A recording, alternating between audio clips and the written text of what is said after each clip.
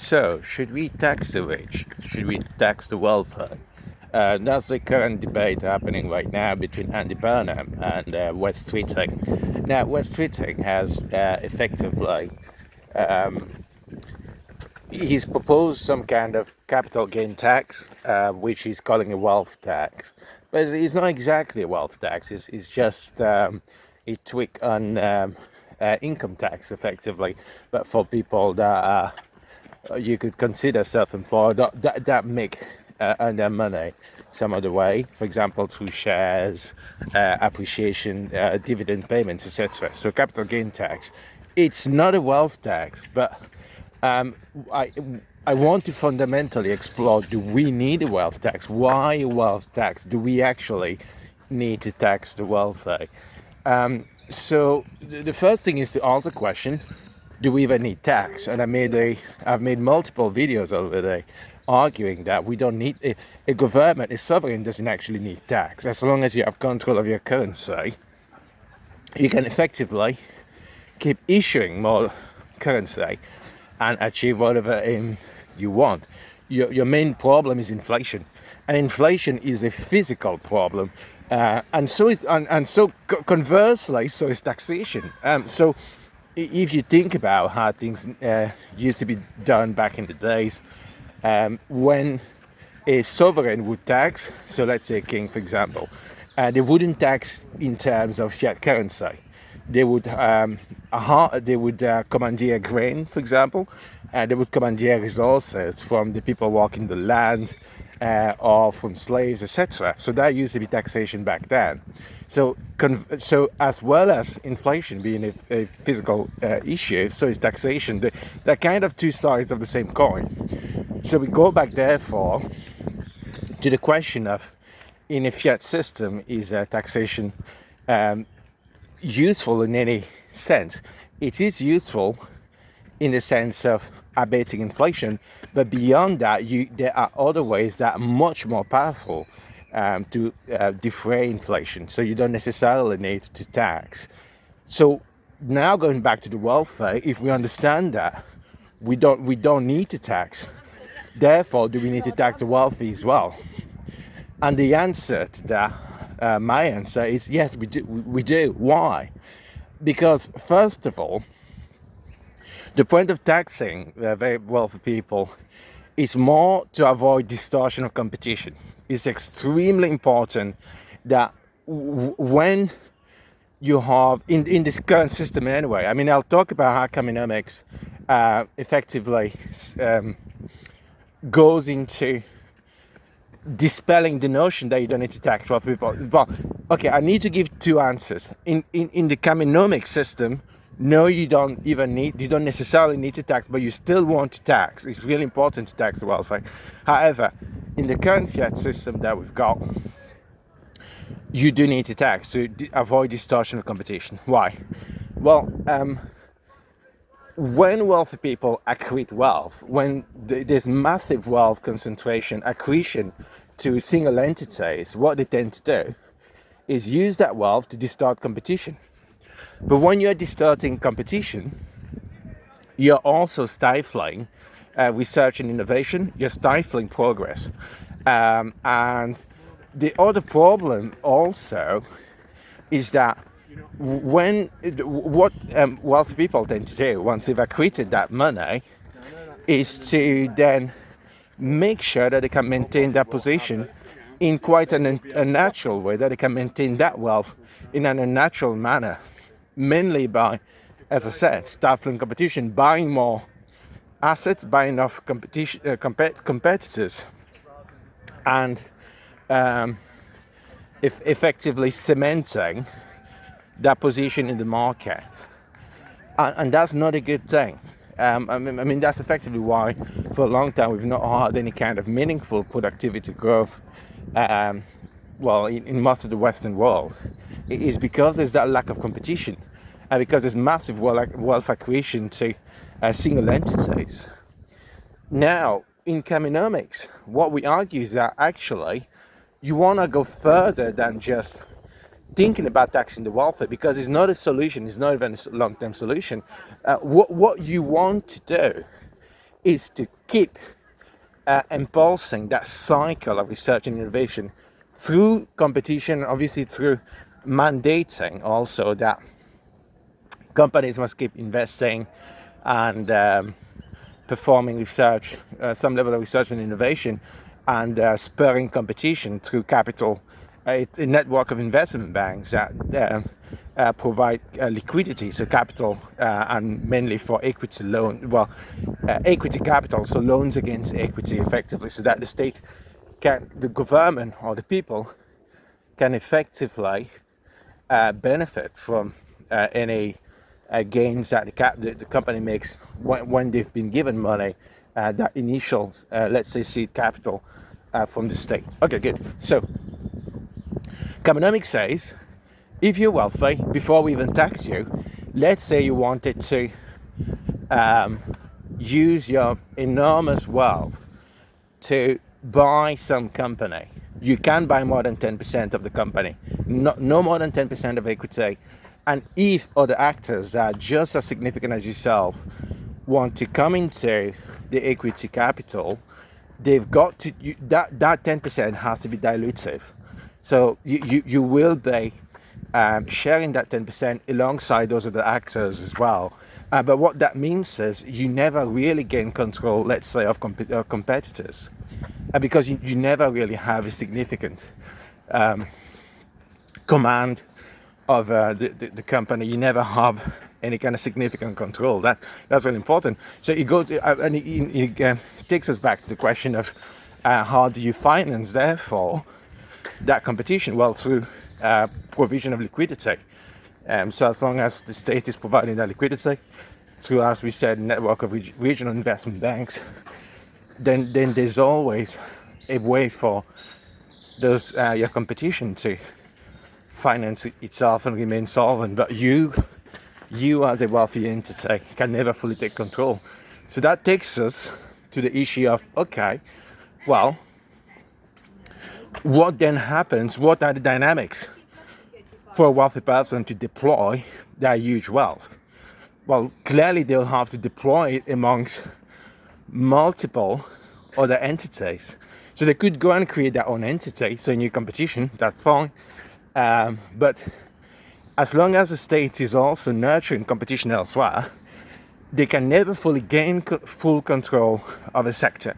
It just can't happen, because as long as there's viable competition, it doesn't really matter how much wealth they have.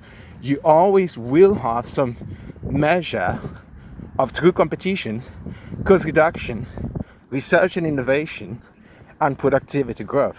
It will naturally happen because the state is spurring that, the state is encouraging that. Now, we get back to the problem of, well, if a wealthy person is deploying their assets, so that means they must be liquidating shares, etc., etc. What happens then? So here we have the issue of capital gain tax, because when most wealthy people have their money held in shares, not in actual hard cash, mainly shares. So if you're liquidating those shares, the state, the government can say, well, there's been massive capital appreciation, therefore capital gain tax, and you could and should tax that up to, let's say, 90%. Obviously, you want to have thresholds, right? You tax according to how significant the capital gain tax is, But the point is, you tax it. Okay, so you tax it fairly substantially. However, you can also provide a leeway, enough ramp, and say, well, if you use the money to invest into sectors that we want you to invest in. So let's say you want to invest in real estate. Maybe that's not a sector that the government wants you to invest in. Then you get taxed the full tax. But if you're investing elsewhere, then the state kind of takes a back seat. And if the money is plowed back into an actual company, not a shell company, but an actual company, then there isn't a need to substantially tax you. Because here you're effectively playing the role of the investment bank. You yourself are taking your money and plowing it into a competitor or some other company, and you're going to control 10%, up to 10% of that company and no more, and it's dilutive. Now, here's the thing. Imagine for a second, why does all this work to avoid capital accretion and extreme wealth concentration? Well, imagine that you are Elon Musk, you own SpaceX, you own Starlink. So obviously the value of your shares is extremely high, and then the government comes in and says we're going to finance a competitor, or in fact multiple competitors, and we're going to give them loans, because that's not what's happening now. What's happening now is that you have some venture capital, and if you get lucky, you get some money. If you don't, well, you don't get anything. But the government says we actually want up to around at least 10 competitors in that space, in those spaces, and we are going to finance them properly, and we're going to take equity stakes, equity capital in those competitors, because that's the way that the government is financing those. So what happens?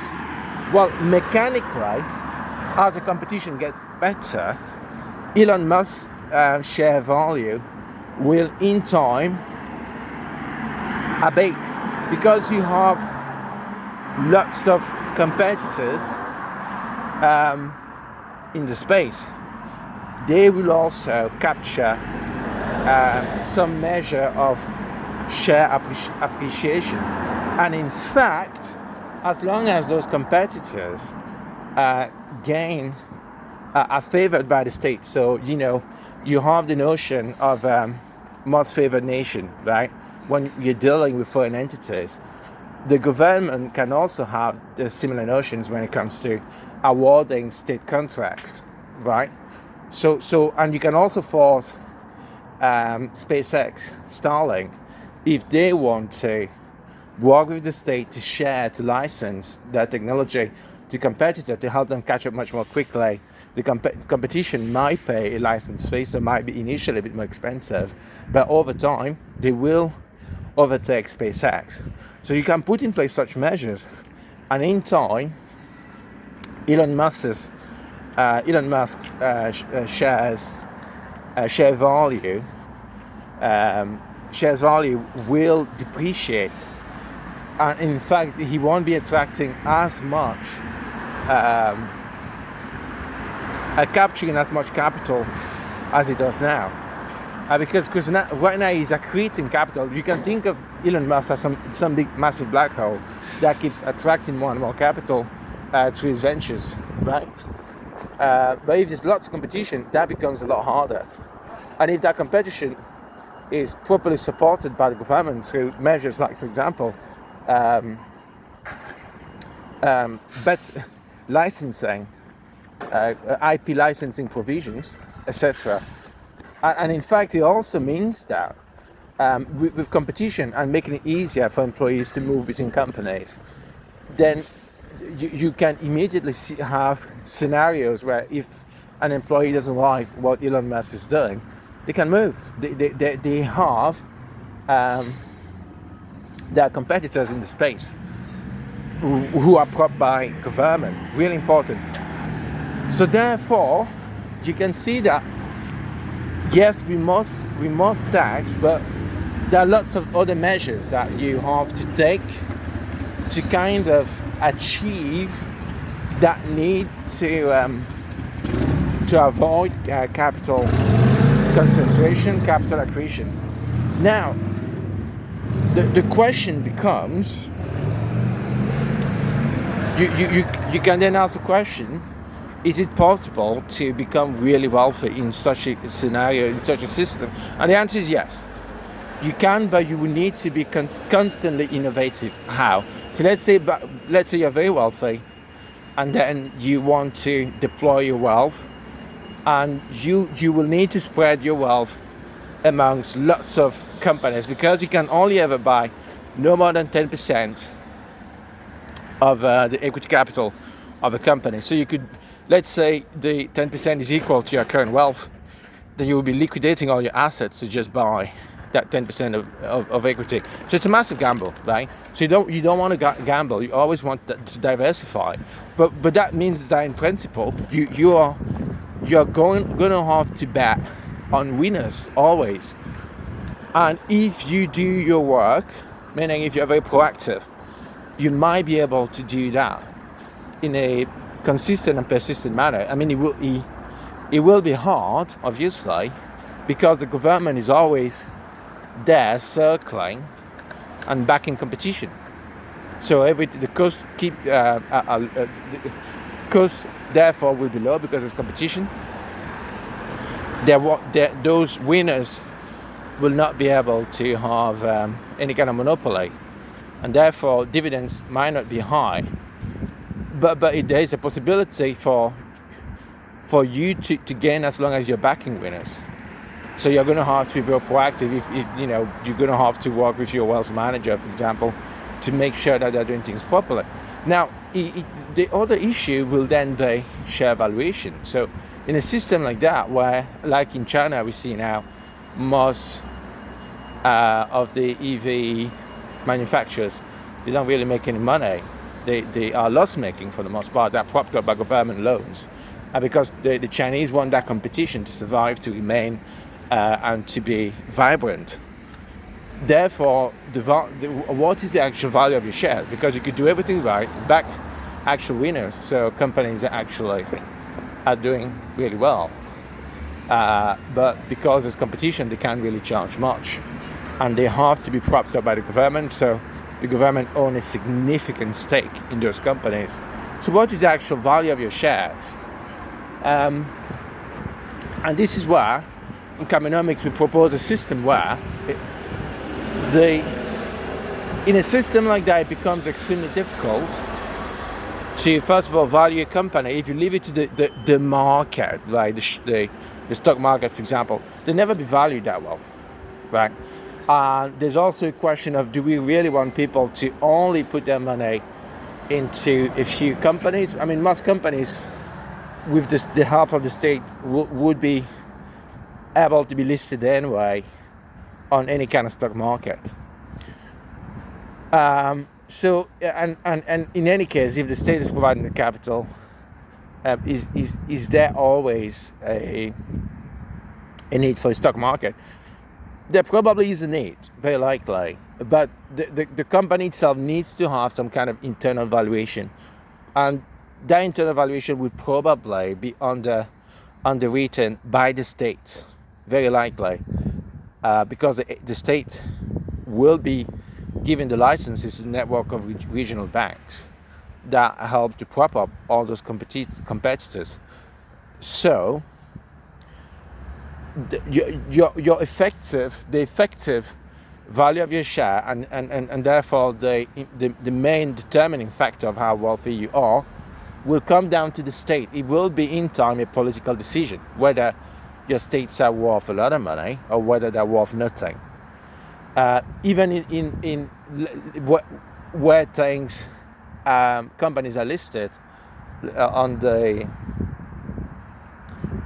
a public stock market, or the publicly traded stock market, so that people can buy shares, then it will still be the case that ultimately, because there's so much competition, the value of those shares will be determined to a large extent by what the state does. Why? Because issuing things like issuing dividends, for example, that will be determined by the state control of those companies, because the state will always be the number one stakeholder in the equity, assuming that competition works properly, and government-backed competition always wins, as we see in China.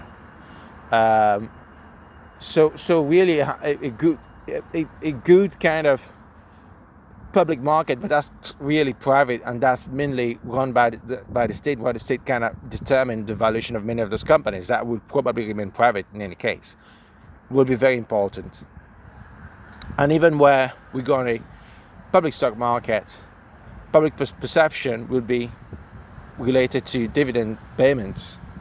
So again, that will be determined by the state. So the state will have to be very politically sensitive about these issues, and that's the way it should be. It should be the case that eventually there needs to be some kind of reward for people for taking the risk, to incentivize them to innovate, to perform research, to do risky things effectively. So there has to be some measure of reward, and that's a good thing. So that means that people can indeed become very wealthy, and there's nothing wrong with that. But you want to make sure that wealth doesn't distort things within the community, within the nation, and the state has to an extent retain a large amount of control over this, because we see distortions right now, and that control has to be inherent. It has to be natural. It can't just be that the state says, a bit like in China, which is fairly authoritarian, that okay, you're going to be wealthy today and tomorrow we're going to take your wealth. No, it should be a dynamical system whereby in a natural way the value, your value is assessed in a very natural way. For example, factors that could help the government assess what the value of a share value of a private company is, even if that company has lots of debt to the government, by the way, would be whether they're producing good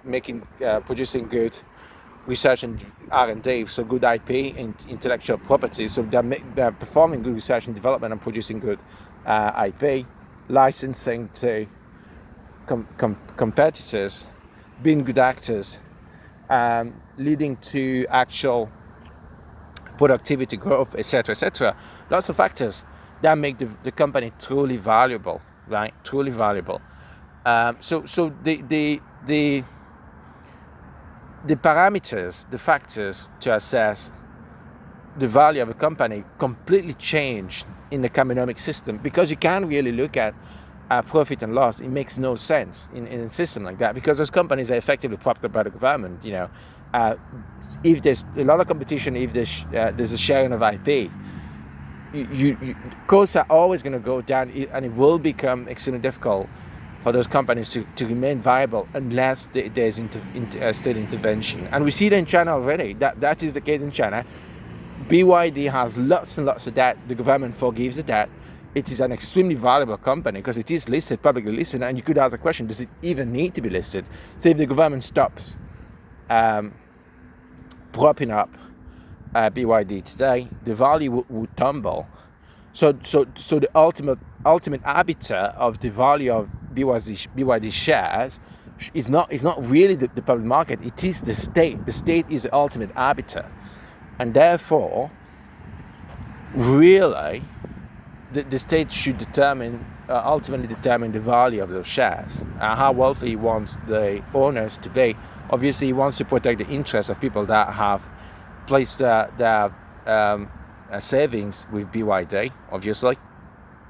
But with respect to the owners, how wealthy does the state want them to be? And therefore, assessing the value of BYD can come down to their profit and loss ratio. It can come down to whether they are, let's say, in effect, a viable concern. It will come down to how valuable, what kind of value the company produces, and that value will obviously be IP, because BYD does a lot of really good research and other such parameters which are not currently taken into account when it comes to public stock market valuation today. So ultimately, as I said before, taxation is for the wealthy. Yes, it is necessary, especially in the current fiat system. In Kamenomics, it's not that taxation is not necessary. It is still necessary, but you can't just do taxation alone. It's not enough. You have to do more than taxation. You truly have to look at the whole system assessment and